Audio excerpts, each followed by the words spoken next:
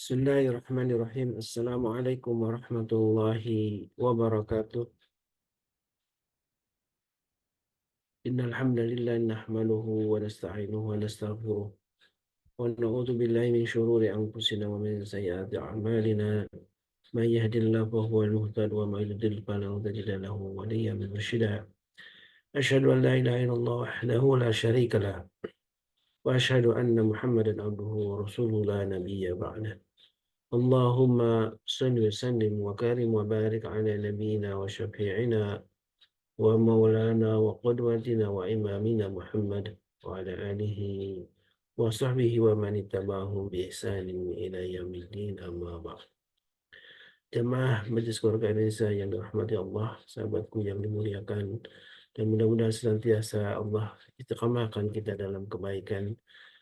Alhamdulillah wa syukurillah, puji dan syukur atas semua nikmat yang telah Allah berikan kepada kita semua, nikmat yang seringkali kita lalai untuk mensyukurinya, nikmat yang tak mungkin kita untuk menghitungnya, nikmat Allah yang begitu banyak dan begitu besar. Dan Alhamdulillah di pagi ini Allah telah bangunkan kita dalam keadaan sehat walafiat, dan tentu yang paling kita syukuri kita masih istiqamah dalam kebaikan, kebaikan yang salah satunya saat ini kita lakukan adalah menghadiri majelis ilmu, sebuah majelis yang disebutkan sebagai taman-taman surga, karena di sanalah Allah akan menurunkan rahmatnya, dan di sana pula para malaikat mengaminkan doa-doa kita. Di majelis ilmu inilah Allah menjanjikan satu kemudahan bagi yang menuntut ilmu dalam di jalan syariat, yaitu dengan Allah mudahkan sahalallahu tariqan ilal jannah. Allah mudahkan baginya jalan menuju surga. Dan mudah-mudahan Allah Subhanahu wa taala terus istiqamahkan kita dalam kebaikan. Amin Allahumma amin. Salawat dan salam tentu senantiasa kita haturkan kepada baginda Nabi kita serta keluarganya, para sahabatnya, dan juga mudah-mudahan kita umat di akhir zaman ini termasuk umat yang kelak akan mendapatkan syafaat dari beliau, umat yang akan menikmati lezatnya air telaga Haud yang bahkan disampaikan atau diberikan langsung dari tangan mulia Nabi kita SAW. Sahabatku yang dimuliakan Allah, di pagi ini, di hari Kamis, menjadi sebuah hari yang mudah-mudahan Allah berkahi, karena tema yang insya Allah akan kita kaji menjadi sebuah tema yang berhadapan dengan langsung keseharian kita, tema yang Alhamdulillah wa syukurillah menjadi tema yang bagian dari Hisnul Muslim, yaitu doa-doa untuk membentengi kita dari berbagai macam kesulitan atau keburukan dalam hidup. Dan Hisnul Muslim yang artinya benteng seorang Muslim menjadi menjadikan doa-doa yang kita panjatkan kepada Allah menjadi senjata bagi orang mukmin. Karena Rasulullah SAW bersabda, doa usulahil muslimin, bahwa doa itu adalah senjatanya bagi orang-orang beriman. Dan doa yang berkaitan dengan masalah, sebagaimana tema yang sudah di-share oleh admin, kita akan mengkaji sebuah masalah, ya. Bagaimana mengurai sebuah masalah, bagaimana bahkan mencintai masalah. Dan inilah yang insya Allah menjadi tahapan-tahapan bagi kita semua. Orang-orang yang beriman tentu akan menghadapi masalah dengan satu keyakinan bahwa Allah akan selalu menolong kita semua. Amin Allahumma amin. Karena tidak ada satu orang pun di dunia ini tanpa masalah, ya. Dan tentu masalah bagi orang beriman menjadi satu wasilah atau bagian untuk bersyukur kepada Allah. Dan ketika orang beriman ditimpa musibah, makanya disebutkan dalam sebuah sabda Nabi yang mulia, ajaban li amri mu'min. Sungguh takjub orang beriman itu ketika ditimpa oleh masalah atau kesulitan, maka dia akan sabar, dia akan bersabar. Kemudian apabila ditimpa sebuah masalah atau kesulitan, maka dia akan eh, bersabar. Dan sebaliknya, ketika diberikan sebuah kebaikan, kemudahan, maka dia akan bersyukur kepada Allah Subhanahu wa taala. Itulah orang beriman, disebutkan dalam sabda Nabi yang mulia.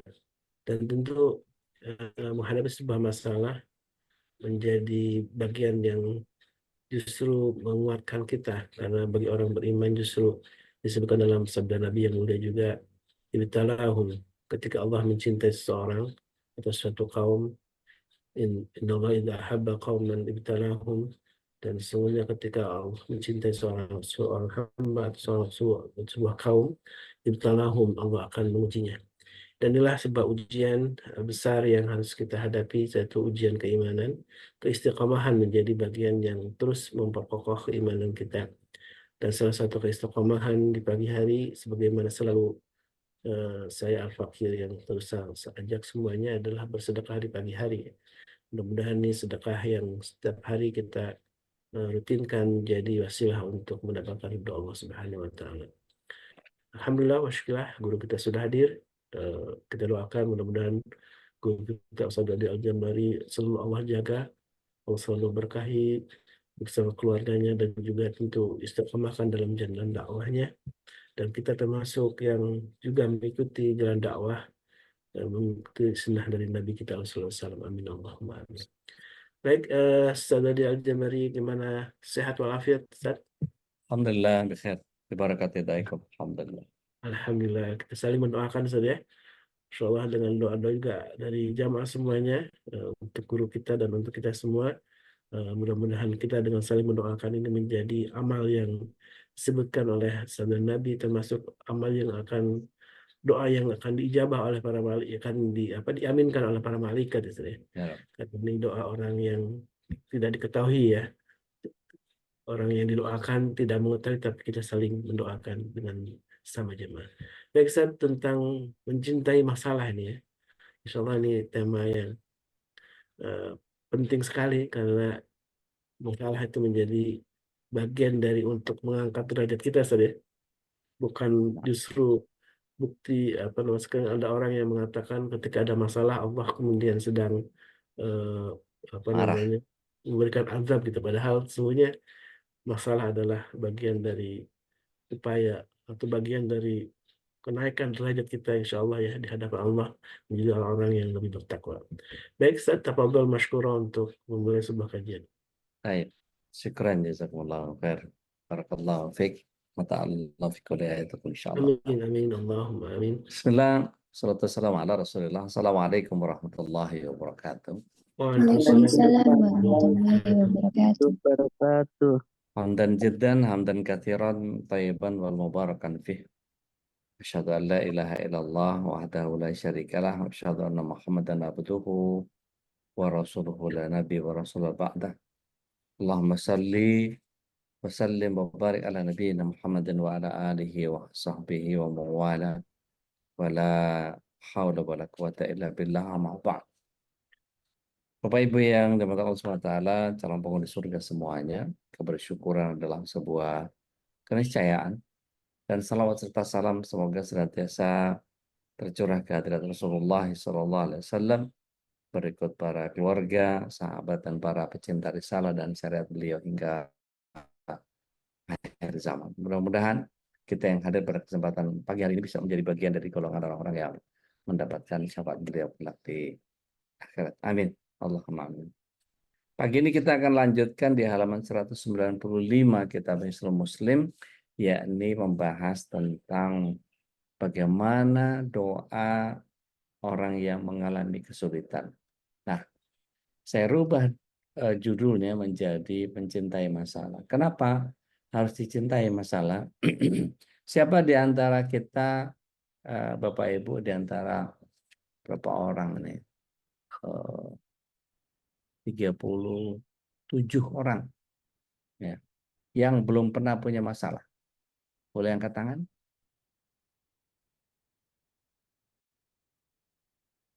Nggak ada ya. Ini kalau saya suruh buka kamera semua ini pasti kelihatan nih semuanya. Wajah-wajah bermasalah.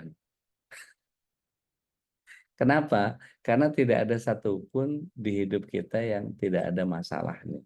Pasti semua bermasalah. Semua punya masalah. Nah, gitu. Tapi saya kasih satu trik bagaimana kita mencintai masalah. Kalau kita tahu bahwa masalah itu datang dari Allah Tabaraka wa Ta'ala, bisa jadi akibat dosa-dosa kita. Bisa jadi akibat Allah mencintai kita seperti yang disampaikan sama Ustadz Khalis tadi.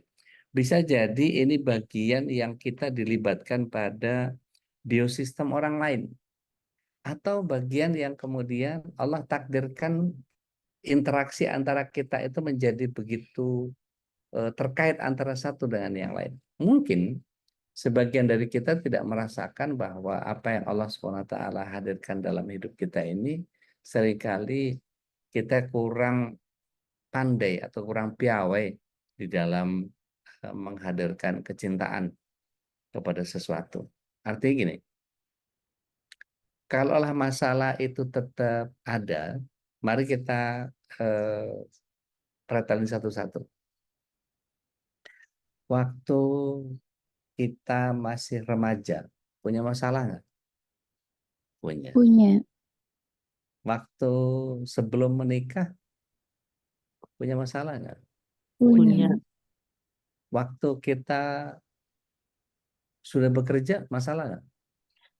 Masalah. Masalah.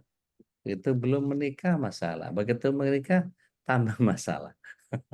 Belum punya anak, masalah. Begitu punya anak, tambah masalah. Jadi, kapan kita tidak menghadapi masalah? Nggak ada.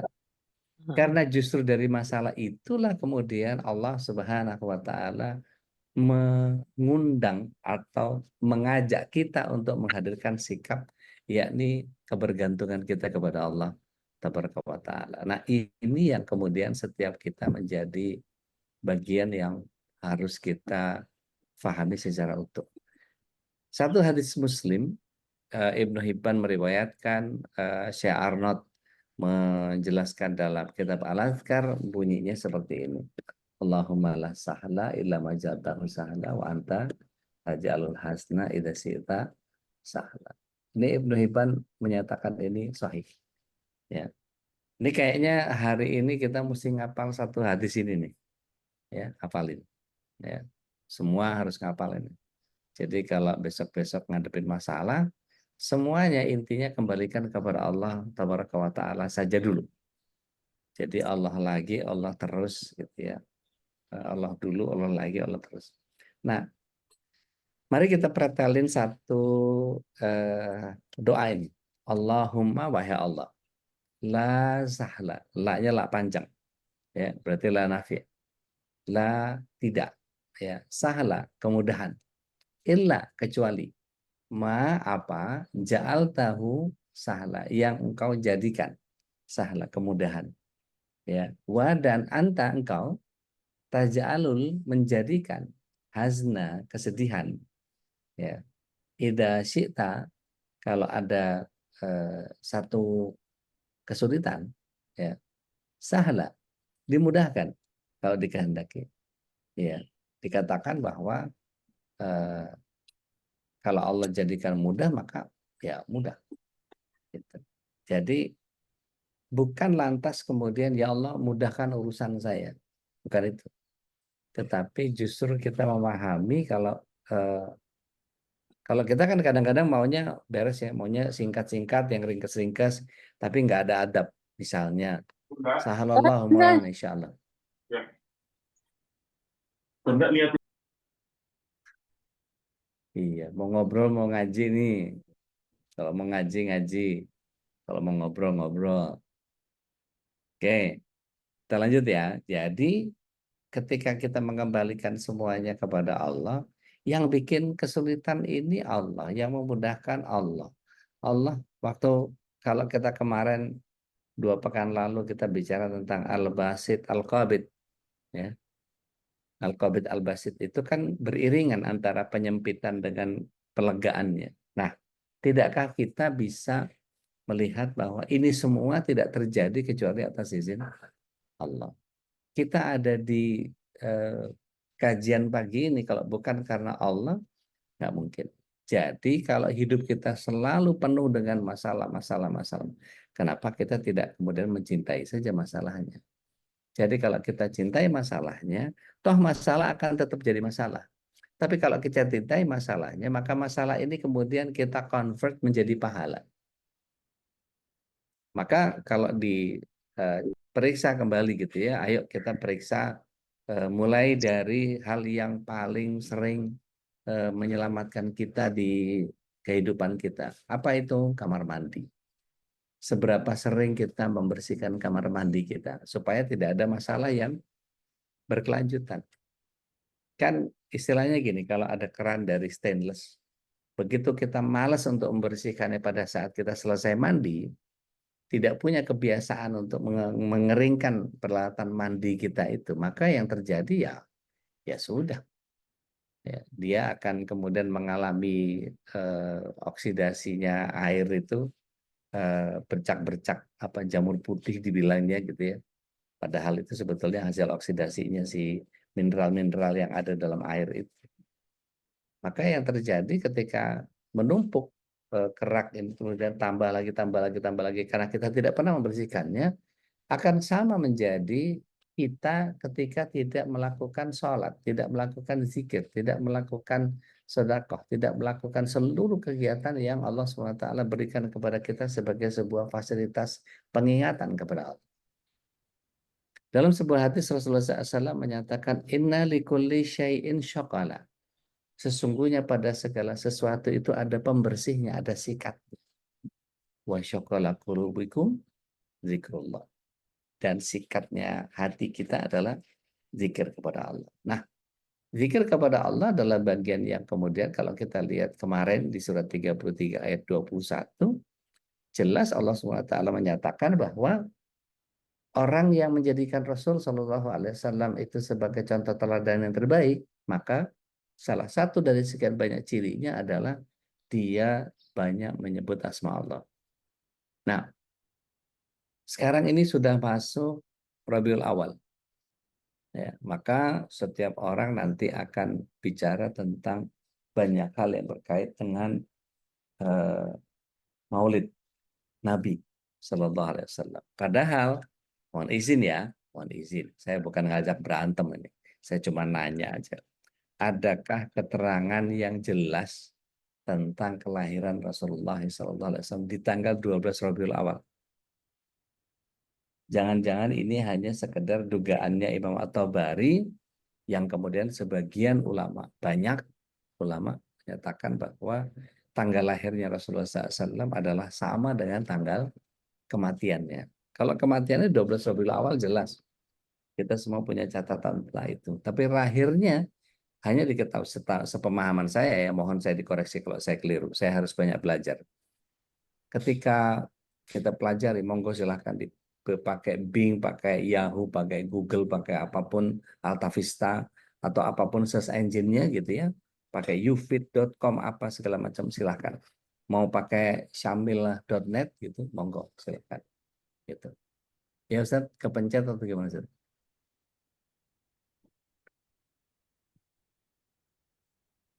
Oh, kepencet. Saya kirain mau ngasih data. Jadi ketika kita paham bahwa 12 Rabiul Awal itu adalah tanggal wafatnya Rasulullah SAW, beberapa ulama menyatakan bahwa tanggal lahirnya Rasulullah SAW tidak diketahui. Yang diketahui adalah tahun lahirnya, yaitu tahun gajah. Tapi tanggal berapanya tidak ada catatan yang pasti atau catatan yang kuat yang disahihkan. Gitu ya. Nah, kalau kita kemudian melihat pada ini, saya tidak mempersoalkan soal ritual maulidnya atau mengingat Rasulullah SAW dan seterusnya. Tapi seingat saya yang jelas itu Senin. Maka kemudian Rasulullah SAW setiap Senin itu melakukan ritual saum. Nah, maka ritual saum ini yang kemudian membuat kita menjadi melihat bahwa data Senin itu Rasulullah SAW ketika lahir dan Abu Jahal gembira terhadap kelahiran keponakannya, maka ada catatan yang menyatakan saya belum melihat keabsahan sahih atau seperti apa kedudukan hadisnya, tapi Abu Jahal itu siksa kuburnya diberhentikan pada setiap hari Senin karena dia merasa gembira terhadap hadirnya Rasulullah SAW kampung-kampung ini. Itu saja kemudian membuat menjadi sangat luar biasa dan begitu banyak keindahan akhlak Rasulullah SAW yang sangat luar biasa. Tapi maksud saya gini, tidak boleh kita hanya sekedar mendoakan saja, tapi disupport. Tidak boleh kita hanya sekedar eh, bersolawat saja, tapi tidak mengikuti apa yang datang dari Rasulullah SAW. Berapa banyak di antara kita para wanita yang masih menyederhanakan soal aurat di kakinya nggak pakai kaos kaki. Berapa banyak perempuan yang kemudian menyepelekan hastanya ini adalah aurat, gitu ya. Padahal mestinya pakai manset sampai ke hastanya, gitu. Berapa banyak di antara kita yang kemudian melihat begitu banyak perempuan yang bahkan tidak hanya eh, menutupi kepalanya, gitu ya, hanya ala kadarnya saja, kadang-kadang hanya terbelit di lehernya saja, tapi sementara mohon maaf, buah dadanya begitu montok, gitu, pinggangnya begitu lencir, pinggulnya begitu semok, pahanya begitu padat, betisnya begitu indah dan seterusnya, sehingga ini tampak pada mata laki-laki. Yang Rasulullah SAW menyatakan bahwa kalau ada orang yang berpakaian tapi seperti telanjang, ini yang kemudian tidak mencium bau surga. Nah, masalah-masalah ini kemudian yang harus kemudian kita cintai. Nah, mari kita kembali kepada, ya ini kan masalahnya para pendakwah gitu kan ya. Masalahnya laki-laki, dia harus mampu menahan syahwatnya gitu ya. Tapi kalau diumbar di mana-mana ya tolong kamilah gitu. Meskipun mungkin sebagian dari kita, halah orang udah seumur saya loh Ustaz, apa yang mau dilihat? Bu, Nek, apa lagi sebutannya? Eh, Meskipun nenek-nenek, Anda itu tetap perempuan. Dan Allah tetap memancarkan sinar surga dari tubuh Anda. Maka ada berapa banyak di antara kita yang kemudian sama seperti para pria yang kemudian sampai dia berani ngelanggar Rasulullah SAW, nyemir nyemir rambutnya. Padahal kalau dia mau belajar tentang betapa uban itu adalah caranya malaikat maut mengingatkan kita, maka seharusnya kita kemudian kalau tahu mau bergaya, mau eh, oke, nyemir, tapi ya jangan sama hitam dong, gitu. Disemirnya dengan yang coklat tua, hampir hampir gelap, gitu ya. Tapi coklat tua, bukan warna warna hitam. Nah, ini saya lihat, masya Allah. Orang kalau nggak belajar dekat dengan Rasulullah SAW itu terus apa yang mau diharapin ya, gitu. Mari kita lihat bahwa masalah tadi ada ya, Allahumma la sahla illa ma ja'altahu sahla wa anta taj'alul hazna idza syi'ta sahla. Ya Allah, tidak ada kemudahan kecuali yang Engkau buat mudah, dan Engkau menjadikan kesedihan atau kesulitan itu jika Engkau kehendaki pasti akan mudah. Nah, ini kemudian menjadi PR kepada setiap kita bahwa kalau ada orang yang tidak bertutup aurat dengan benar itu kira-kira masalah apa yang muncul di kita? Akankah kita mendakwahinya? Akan kita kemudian hanya sekedar membuang muka saja sambil istighfar sebagai sebuah sikap pribadi, tapi setelah itu dia tetap melakukan kesalahannya. Atau apa sajalah kemudian, bisakah kita kemudian kalau kita berkelebihan mungkin ada kita bisa belikan penutup aurat yang bagus, kita hadiahkan kepada, coba deh, pasti bagus. Begitu coba, Masya Allah. Ada begitu banyak eksperimen sosial di medsos itu yang kemudian orang berbaju seksi kemudian didandani dengan niqab, dengan hijab. Wah, Masya Allah, luar biasa. Penampilannya jadi berubah. Bahkan tidak sedikit yang kemudian terharu dan kemudian malah masuk Islam. Mereka dari kalangan non-Muslim. Begitu juga dengan ketika kita melihat seluruh permasalahan yang ada di kehidupan kita, siapapun. Ya. Kalau kembali kepada tadi kamar mandi, yang kemudian tidak setiap kali kita bersihkan, gitu ya. Tidak setiap kali kita lakukan eh, pembilasan atau pengeringan. Kalau habis mandi pasti air tuh bicipratan kemana-mana. Nah kalau kita di bagian keran-keran stainless itu kita lap, kita keringkan, pasti sama seperti kalau kita masuk ke sebuah hotel, gitu ya, yang dalam satu hari itu pasti dibersihkan oleh cleaning service, gitu. Dia tugasnya selalu, checklistnya di cleaning service itu standarnya adalah membersihkan semua keran sehingga kering. Dan semua perabotan-perabotan stainless dari keran, shower, jet washer, apa segala macam, semuanya clean and neat. Betul-betul. Sehingga tidak perlu effort beli cairan khusus untuk kemudian menghabisi apa namanya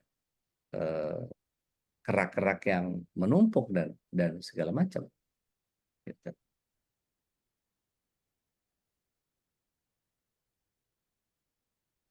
Iya, Mbak Meta telat. Tuh. Besok-besok kalau ngaji jangan telat, Mbak. Apapun alasannya ya. Oke, ala kulli hal ini masalah juga apakah kita sikapi dengan sabar atau gimana gitu ya. Nah, ketika melihat sesuatu yang salah di lingkungan kita, akankah kita biarkan ataukah kita munculkan pembiasaan terhadap adab-adab yang harus kita lakukan? Maka komunikasi menjadi penting dalam hal ini. Kepada suami, kepada istri, kepada anak, kepada orang tua. Pembiasaan-pembiasaan itu terus dikomunikasikan sehingga terbentuk menjadi sebuah latihan-latihan yang membiasakan kita untuk beradab. Sekali lagi, mohon doanya.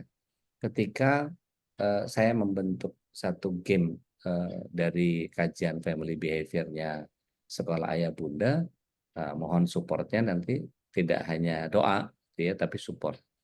Kenapa? Kalau cuma doa, mungkin Ustadz Khalis yang paling banyak berdoa buat kita gitu ya.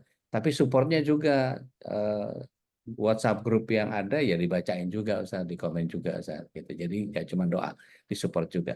Sehingga setiap kita ada bagian yang setiap permasalahan itu clear, tidak ada prasangka, tidak ada bagian yang kita harus masuk ke dalam sebuah bagian yang kita sebut sebagai prasangka itu dosa kan ya, gitu ya. Tapi maksud saya gini, ketika bagaimana kita bisa bersabar dalam menghadapi musibah, bagaimana keadaan manusia dalam menghadapi musibah, ini kan pasti akan ada keadaan yang tercela dan ada yang terpuji. Maka penyikapan kita kembali lagi kepada sumber permasalahan yang ketika Allah SWT hadirkan gonjang-ganjingnya kehidupan kita itu kembali kepada surat 67 ayat 2.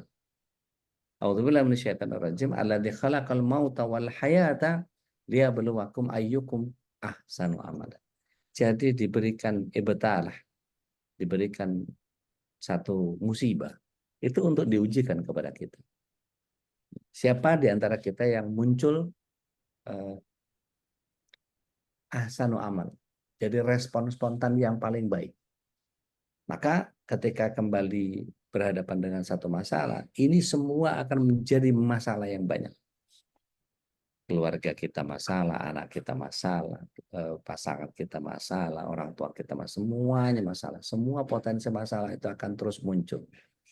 Tapi sekali lagi, ayo kita cintai masalahnya supaya masalah jadi pahala. Para ulama menyebutkan bahwa seseorang dalam menghadapi musibah itu ada 4 keadaan. Mau dicatat boleh, mau diingat-ingat juga boleh. Keadaan pertama adalah ketika kita melihat sesuatu masalah itu dengan kemurkaan.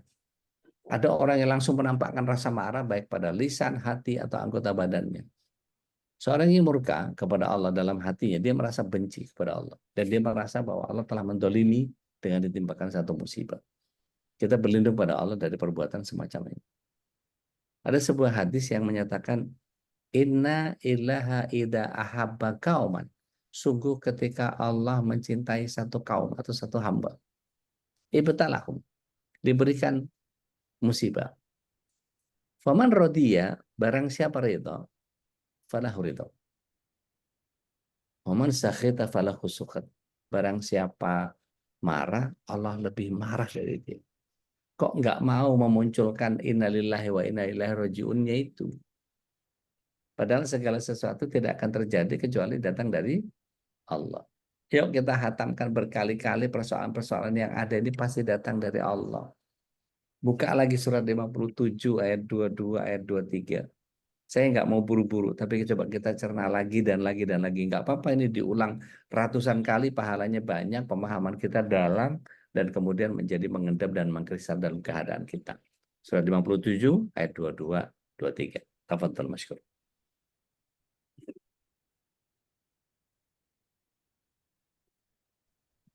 Iya udah. Oke, mangga. Surat 57 Al-Hadid ayat 22 ya. Nah, 22. Bismillahirrahmanirrahim. Setiap bencana yang menimpa di bumi dan yang menimpa dirimu sendiri, semuanya telah tertulis dalam kitab Lauh Mahfuz.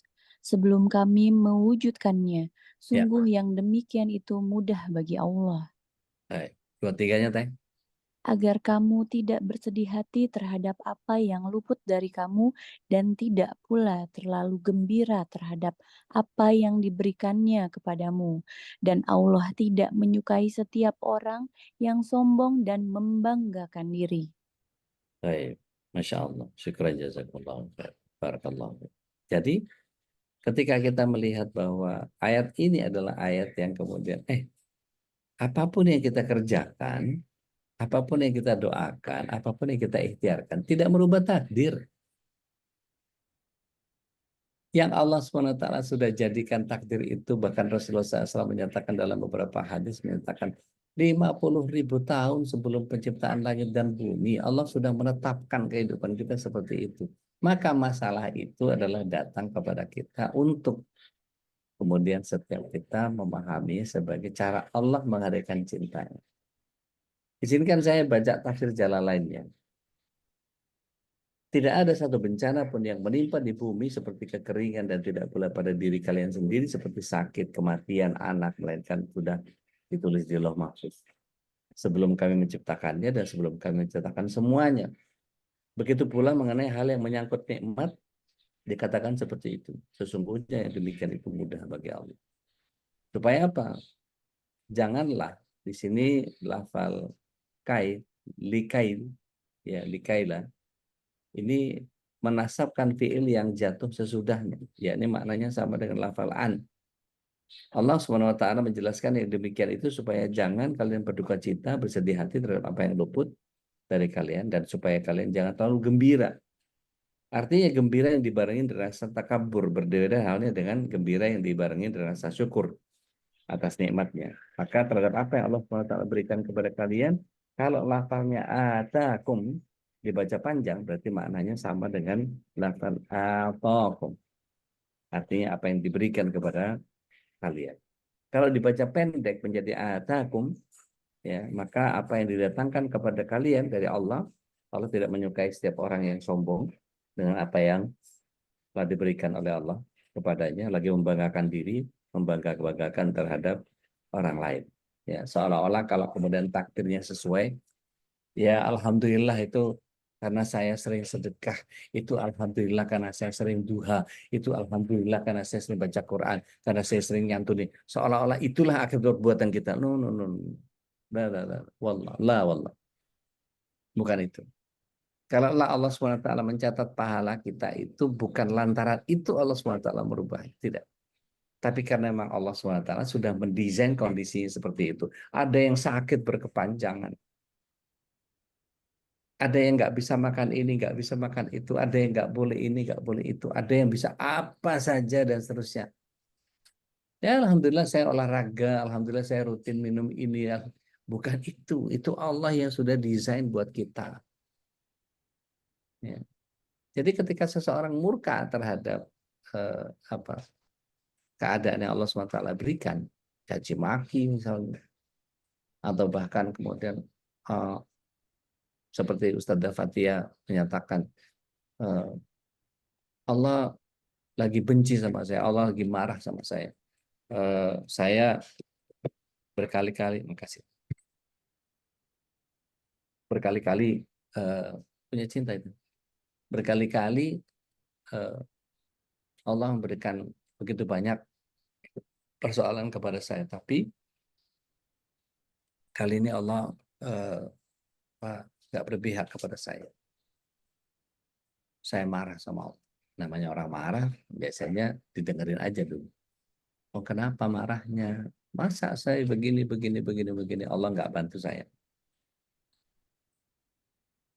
Terus dikasih tahu sama Ustaz Fathia. Sebentar Bu, Ibu sholat. Ya, kadang-kadang. Ibu ngaji, ya kadang-kadang. Tentang pengajian, ya kadang-kadang. Sempat. Ibu puasa. Ya kadang-kadang. Sedekah, ya kadang-kadang. Pokoknya semua bagian amal soleh yang diperintahkan itu ditanya balik ke beliau. Allah nggak asik. Ketika dia sedang marah itu maka dibalikin sama Ustazah Fathia. Ibu salah. Ibu tahu nggak salahnya di mana? Ibu salah karena ketika Allah cari ibu, ibu nggak ada. Allah cari ibu di antara orang-orang yang sholat malam, ibu nggak ada. Allah cari ibu di antara orang-orang yang bersedekah, ibu nggak ada. Allah cari ibu di antara orang yang puasa, ibu nggak ada. Allah cari ibu di antara orang-orang yang haji, ibu nggak ada. Ibu yang dicari sama Allah. Sekarang cara Allah memaksa untuk ibu balik, maka dikasihkan yang begini supaya ibu ingat bahwa ini semua diatur sama Allah. Buat saya indah pengingatan seperti itu. Dalam Sahih Muslim bahkan dibawakan dengan bab yang judul larangan mencela waktu, ad-dahr.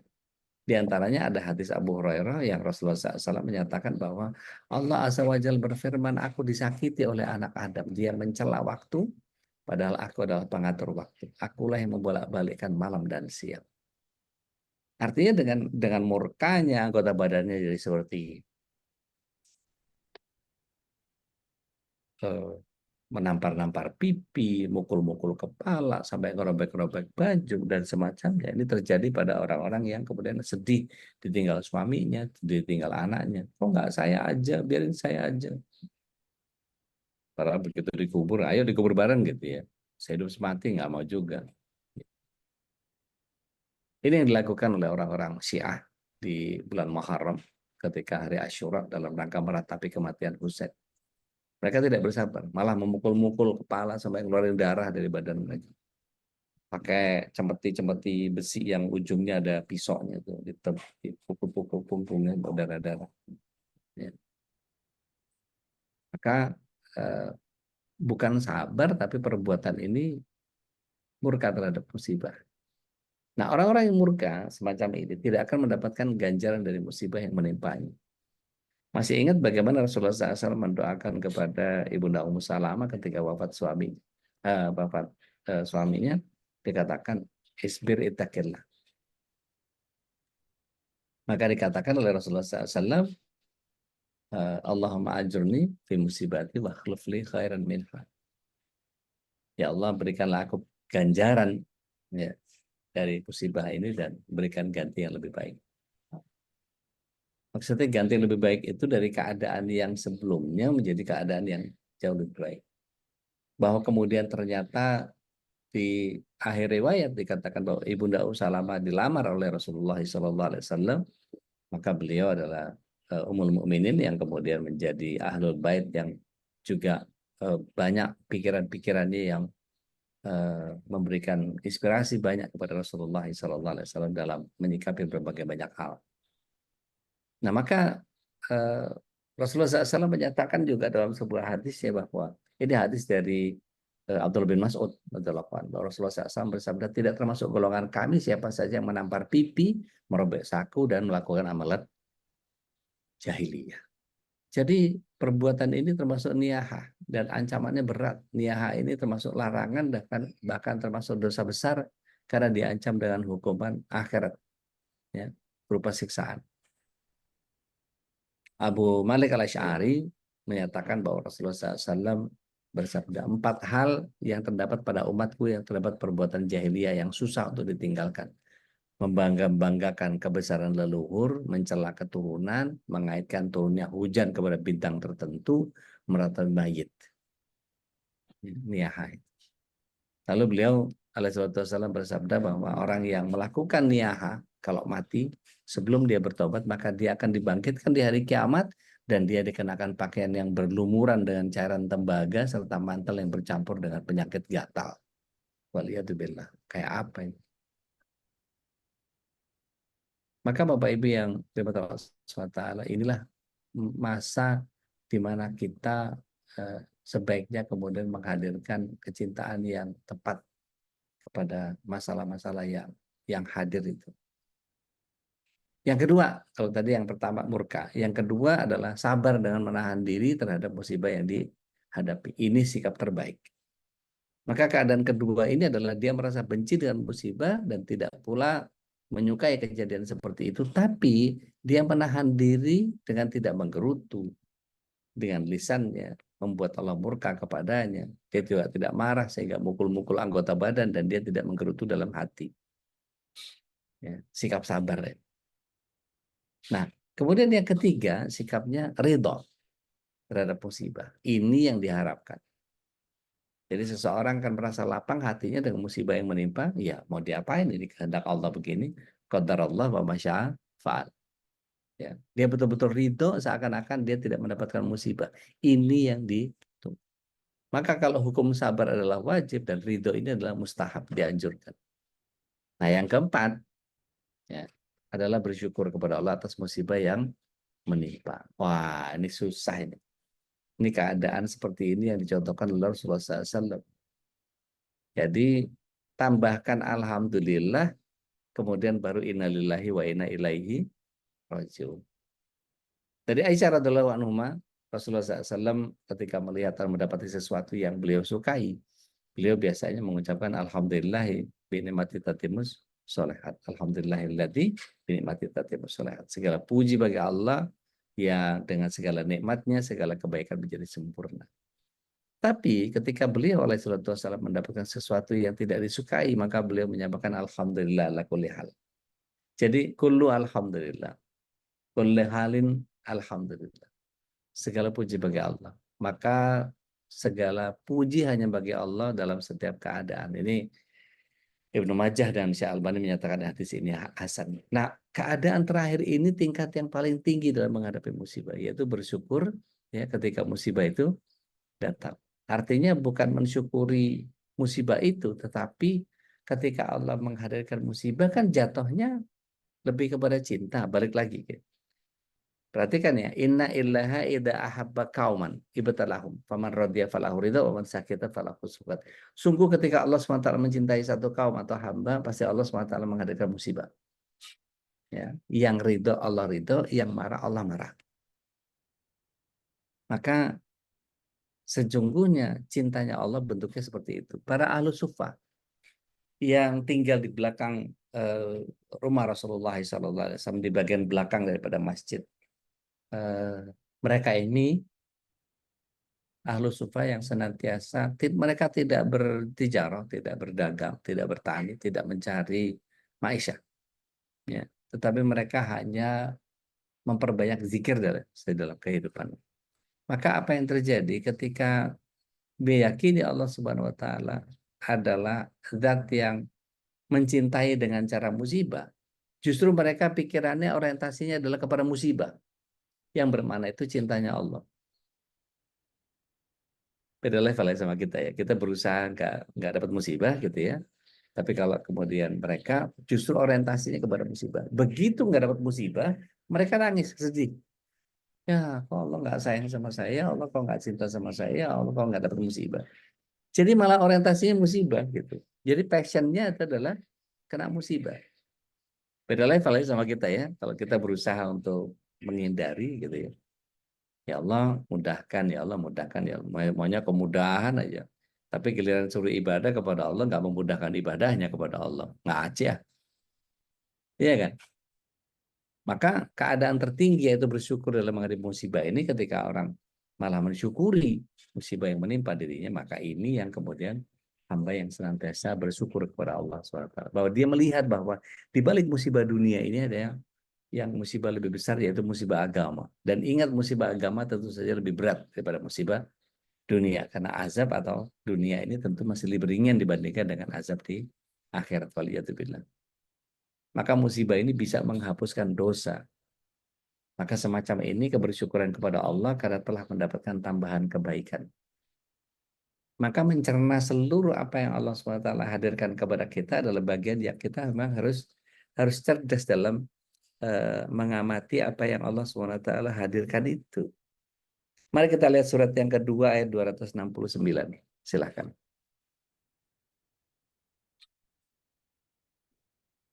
Allah Karim. Ada yang sudah ketemu? Tafadhal. A'udzubillahi minasyaitonir rajim. Yu'til hikmah may yasha wa may yu'tal hikmata faqad utiya khairan katsira wa may yadhakkaru illa ulil albab. Silakan kalau ada yang sudah ketemu. Iya udah, Mangga, surat Al-Baqarah ayat 269 ya. tafadhal. Bismillahirrahmanirrahim. Dia memberikan hikmah kepada siapa yang dia kehendaki. Barang siapa diberi hikmah, sesungguhnya dia telah diberi kebaikan yang banyak. Dan tidak ada yang dapat mengambil pelajaran kecuali orang-orang yang mempunyai akal sehat. Insyaallah. Barakallahu fiik. Nadia. Bapak Ibu yang dirahmati Allah SWT. Yuk kita lihat nih. Latihan ya, latihan.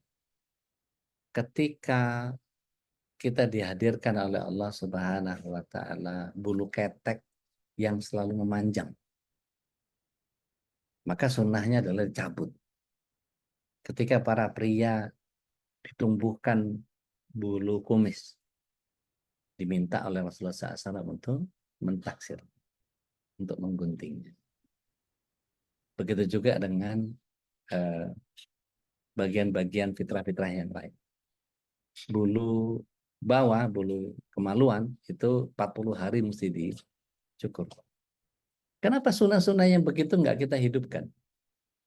Kenapa sunnah-sunnah yang begitu kita tidak hadirkan? Padahal itu menggugurkan dosa. Itu bagian yang kemudian ketika kita lakukan, Allah datangkan kecintaan, Allah hapuskan dosa kita. Bukankah menjadi satu nikmat kalau kita meniatkan itu untuk Rasulullah SAW? Berapa banyak di antara kita yang nggak sadar bahwa kita belajar dari kitab perisai bagi seorang muslim ini menjadi bagian yang kita membiasakan diri untuk berhadapan dengan seluruh situasi yang ada. Maka Rasulullah SAW menyatakan juga bahwa hikmah itu isinya adalah pemahaman yang dalam tentang Al-Quran dan Sunnah. Mari kita berlatih. Ketika kita bicara tentang satu hal, apa saja, misalnya, garpu selain buat nusuk, bisa dipakai buat apa? Ini kalau ambil tang, dibuka sebelah sini, kemudian jadi ditekuk gagangnya, kemudian dibaut ke tembok, bisa jadi gantungan baju? Bisa. Bisa. Kalau dipotong dua, tengahnya jadi garpu somai. Iya. Kalau ditekuk bagian ininya, disandarin, bisa jadi buat standnya handphone. Jadi dari satu hal saja kita bisa belajar tentang banyak hal. Nah, mari kita lihat bahwa apa yang Allah hadirkan dengan keberadaan keluarga kita. Kenapa kita dikasih pasangan yang seperti begitu? Kenapa dikasih anak yang seperti itu? Kenapa kita dikasih oleh Allah SWT situasi yang seperti ini? Kenapa Allah SWT menghadirkan kita dalam satu kondisi yang seperti ini? Pemimpin yang seperti ini, pemerintahan yang seperti ini, kondisi kesehatan yang seperti ini, dan seterusnya. Kembalikan kepada kondisi di mana kita berada. Apa ya maksud Allah atas semua ini? Nah, boleh digali. Oh, sangat boleh jadi saya dikasih suami kayak model begini itu saya biar sabar. Oh, dikasih pasangan istri yang kayak begini ini diminta saya supaya tangguh. Oh, dikasih anak yang begini ini supaya saya mendidik. Oh, dikasih orang tua begini supaya saya ngebina. Oh, supaya tetangga saya terinspirasi dari positive vibes kita. Oh, dan seterusnya, dan seterusnya, dan seterusnya. Mana yang lebih manfaat, kita keluarkan dari bagian itu. Maka ketika melihat satu masalah, pahalanya di mana ya? Itu mencintai masalah. Unsur masalahnya ada di sini. Oh, misalnya gini, kita ada masalah apa? Nah, maka penuhi dengan satu solusi yang membuat kita menjadi, contoh misalnya, ketika kita foto sesuatu, tiba-tiba ada yang nongol di situ. Itu kesukaanku loh. Apa susahnya buat kita beliin, kirim? Maka dia akan menjadi bahagia. Gitu ya. Kerinduannya dia terhadap mungkin ayahnya yang pernah membelikan sesuatu kepada dia dan dia mendapatkan itu, jadi keingat mana bapaknya yang sudah meninggal dan dia mendoakan keluarga. Dalam konteks itu tuh urutannya berapa banyak kita sudah mesen mesen makanan atau mesen cemilan kepada pedagang saja sudah, insya Allah ya, kita memperjalankan perekonomian umat. Yang kedua, kita membuat anaknya bahagia, dia menjadi mendoakan orang tuanya, dia menjadi itu kesusun semua persoalan-persoalan yang begitu luar biasa. Maka kecermatan kita melihat segala sesuatu. Oh, Allah melihat saya begini, rupanya biar ini, biar ini. Dan setiap kita kalau disuruh eksplor itu, nggak kelar kita ngomong. Coba dari ibu ini silakan, wah itu nggak kelar. Pasti ada aja yang mau diomongin. Saya gini, saya melihat ini sebagai ini. Silahkan, monggo, dieksplor.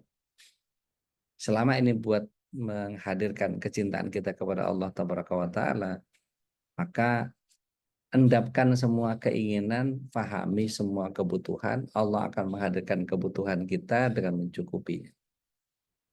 Yuk kita lihat surat 65 ayat yang kedua terakhir, 3 yang awal, 4 yang terakhir. Silakan.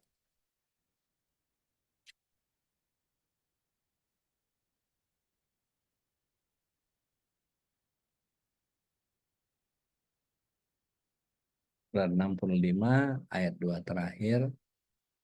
Saya nggak maksa loh ya, yang nggak punya masalah sama Al-Quran silahkan dibuka. Yang punya masalah sama Allah ya mungkin males, biar Nadia aja baca. Kalau nggak ada boleh. Boleh, silakan. Monggo, Mangga. wanita, silakan. Assalamualaikum warahmatullahi Salam. wabarakatuh. Langsung aja baca. Allah menyediakan azab yang keras bagi mereka, maka bertakwalah kepada 65 ayat 2. 65 ayat 2. Oh, 2 terakhir. Maaf, Dek. Barang siapa bertakwa kepada Allah. Ayat 2 ya. Ya, 65 terakhir. at-Talaq. Yang 2 terakhir. terakhir. Barang siapa bertakwa kepada Allah. Barang siapa bertakwa kepada Allah yang maaf, Dek. Ayat 12. Fase terakhir. Allah menciptakan 7 langit dan dari penciptaan bumi juga serupa. Perintah Allah berlaku padanya agar kamu mengetahui bahwa Allah Maha Kuasa atas segala sesuatu dan ilmu Allah benar-benar meliputi segala sesuatu. Shadaqallahul azim. Ya, yang saya maksud adalah surat 65 At-Talaq ayat yang kedua. Wa may yattaqillaha yaj'al lahu makhraja. Ya. Bukan ayat 2 kali ya, Uji. Surat 65 ayat yang kedua, Mbak Neta. Kok saya nggak ketemu ya? Oke, yang lain boleh silakan. Kasih kesempatan yang lain boleh. 65 ayat 2 yang Monggo. barang siapa bertakwa kepada Allah, Ya. niscaya dia akan membukakan jalan keluar baginya. Ya. Terusin 3-nya yang awal. Dan dia memberinya rezeki dari arah yang tidak disangka-sangkanya. Ya. Dan barang siapa bertawakal kepada Allah, niscaya Allah akan mencukupkan keperluan. Oke. Sekarang 4 yang terakhir. Dan barang siapa bertakwa kepada Allah, niscaya dia menjadikan kemudahan baginya dalam urusannya. Masya Allah. Syukran jazakumullah khairan mereka. Jadi, perhatikan. Wa may yattaqillaha yaj'al lahu makhraja. Sesiapa yang bertakwa kepada Allah, maka dia akan dimudahkan urusan, diberikan jalan keluar. Wa yarzuquhu min haitsu la yahtasib. Dan diberikan rizki yang datangnya dari mana saja, nggak diduga, nggak disangka. Gitu. Kemudian, pamaya tawakal Allah, barang siapa menggantungkan dirinya, bersandar pada Allah, maka Allah akan mencukupi dia. Balik lagi, kebutuhan yang kita inginkan atau keinginan yang kita butuhkan. Maka keinginan dan kebutuhan kita, Allah lebih tahu kebutuhan kita. Maka kalau keinginan kita belum terpenuhi, inilah cara Allah SWT untuk membuat kita sabar. Seperti bahasan yang sempat kita bahas beberapa waktu yang lalu. Allah menguji kita dengan 3 persoalan. Diberikan untuk bersyukur, tidak diberikan untuk kita sabar, dan ditunda untuk sabar, untuk kemudian tidak diberikannya untuk supaya kita yakin bahwa Allah keputusannya pasti paling baik. Nah, di 4 terakhir, wa may yattaqillaha yaj'al lahu fi umrihi yusra. Barang siapa bertakwa kepada Allah, maka pasti Allah akan memudahkan. Artinya apa? Kalau ingin mendapatkan kemudahan dari Allah, ya sudah bertakwa saja. Ya sudah ikut Rasul saja. Ya sudah ibadah saja. Nggak usah mendatangkan, oh ini diginiin, oh ini diginiin, nggak usah. Ikhtiarnya boleh, silahkan. Tetapi kalau kemudian kita mau menghadirkan, udah ibadah aja deh, urusan saya ini ibadah kepada Allah karena memang kita diciptakan hanya untuk ibadah. Urusan yang Allah atur, biar Allah yang atur. Nah ini yang kemudian butuh pemisahan antara ya Allah, kita ya kita. Gitu. Allah dengan kehendaknya, dengan pemenuhan kebutuhan atas kecukupan apa yang kita harapkan, maka kita dengan keinginan-keinginan kita tekan itu supaya kemudian tidak membuat kita menjadi selalu berharap. Nah, mohon izin, saya menjadi harus seri 2 ini kayaknya Ustaz. Karena kalau hari Kamis ini ada kelas dan qadarullah saya mesti ada persiapan, mesti safar juga. Jadi saya sudahi sampai di sini tentang mencintai masalah ini, tapi insya Allah di pekan depan saya akan ngebahas Bu Dwi, Teh Nadia, kita akan membahas mencintai masalah yang kedua. Jadi masih nyambung seri yang kedua. Saya kembalikan lagi ke Ustadz Khalid. Supaya tempat Mas Kurya, Ustadz. Masya Allah, tabarakallah. Mudah-mudahan jadi bagian dari kita mencintai masalah itu dengan cara ikut hadir terus tadi ya. Dan ini bagian yang tidak terputus, dan insya Allah di pekan depan kita akan kembali mengkaji tentang bagaimana sikap kita terhadap masalah. Dan kalau sikap terhadap diri sendiri, misalkan didahulukan bahwa masalah itu bagian dari juga mungkin dosa-dosa kita juga makin lebih baik saja. Boleh. Kalau orang lain mungkin itu bagian dari mengangkat derajat, tapi untuk diri kita sebagai sebuah muhasabah, jangan-jangan karena dosa kita yang banyak saja. Bisa jadi. Baik, dan tentu kita terlalu berhusnuzon kepada Allah, karena sesungguhnya tadi disebutkan dalam hadis Nabi SAW, ketika Allah menjadi seorang hamba atau suatu kaum, maka ibtalahum, maka Allah akan mengujinya, dan ujian menjadi bagian dari kita diangkat oleh Allah derajatnya. Dan ketika kita husnuzon terus, dan kita wujudkan dengan amal-amal soleh kita, mudah-mudahan, dan itu pula Allah jadikan kita menjadi orang-orang yang tadi dari mulai bersabar, kemudian bersyukur, dan terakhir bersyukur saja. Tahapan-tahapan mulia orang-orang beriman, yaitu dari mulai sabar, kemudian ridho, sampai syukur kepada semua masalah yang kita hadapi. Bagian yang terakhir agak susah nih, karena bersyukur atas musibah itu, waduh, levelnya udah is another level. Aulia. Waliullah. Baik, kadarullah, Ustaz Dodi juga lagi ada kajian ya. Jadi siap-siap untuk kajian. Jadi untuk pertanyaan silakan di chat, dan mungkin juga bisa di-share juga ke Bunda Nadia, nanti akan dikumpulkan menjadi bahan yang insya Allah akan kita bahas di pekan depan.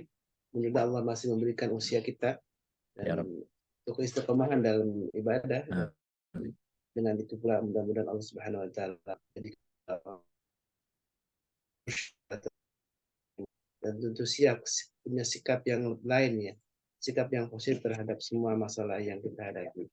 Baik, jangan lupa, dan jangan lupa insya Allah kita akan mengadakan khitanan masal di tanggal 14 ya, dan ada kuota 50 orang yang insya Allah akan dihitan, dan mudah-mudahan kita juga menjadi bagian dari orang yang terlibat dalam kegiatan amal ini, dan inilah amal yang akan terus menguji kita seberapa jauh kita menjadi orang-orang yang selalu istiqamah dalam kebaikan, dan salah satunya istiqamah dalam bersedekah, karena sedekah menjadi bagian dari apa yang disebutkan oleh sabda Nabi SAW, orang-orang yang rutin istiqamah dalam kebaikan ini termasuk orang-orang yang akan mendatangkan cinta Allah Subhanahu wa taala. Dan inilah ada sudah yuris dari admin, silakan untuk dimanfaatkan pagi ini dengan sedekah, sekecil apapun sedekah yang kita lakukan di setiap hari menjadi bagian untuk mengangkat derajat kita di hadapan Allah Subhanahu wa taala. Baik jamaah Allah, jazakallah khairan. Tadi kita doakan dalam keadaan sehat walafiat dan istiqamah dalam dakwahnya, dan juga untuk kita semua mari kita saling doakan sama jamaah. Kalau ada yang sedang sakit, Allah segera angkat penyakitnya, dan kalaupun ada yang sedang kesulitan tadi, kita doanya tasahala tadi ya Allah, udah dihafal mungkin oleh semua jemaah ya. Allahumma la sahala illa ja'altu sahla wa anta taj'alul hazana fi sahla. Mudah-mudahan Allah Subhanahu terus memberikan keberkahan untuk kita semua. Baik, kita tutup majlis ini dengan doa kafaratul majlis. Subhanakallahumma wa asyhadu an la ilaha illa anta astaghfiruka wa atubu ilaik. Assalamualaikum warahmatullahi wabarakatuh. Waalaikumsalam.